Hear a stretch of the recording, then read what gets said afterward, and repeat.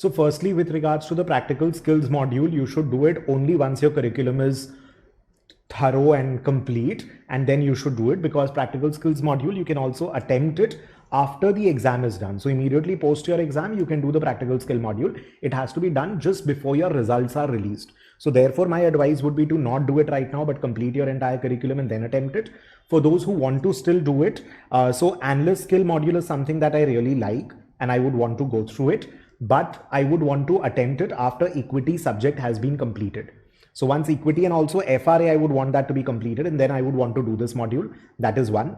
Second, if you are looking at a profile wherein, data analysis, etc. would be helpful, in that case, you can go for Python. I think Python fundamentals, I do not have any information from the institute, but the fundamentals should be deleted in a while, because level 1 has got the Python fundamentals already. So since practical skills module are being released right now, so therefore they provided the fundamental and the advanced one over here. You can attempt multiple modules. I don't think that will be a problem. It is not that you'll be able to, master something over here, but it's the basics that you need to know. So for example, as a finance professional, if you're supposed to coordinate with somebody from the tech side and get some work done, implement it, technology done, etc. So you will be able to coordinate or interact with them in a much better way. So that is why learning Python fundamentals, etc. would be helpful, but it's not going to be mastering in something, but it's a good idea. If you have time, attempt all the 3 modules and learn. The modules have got nothing to do with your exam. Nothing will be tested on the exam. Your strike rate, etc. will nothing matter in terms of the modules and all.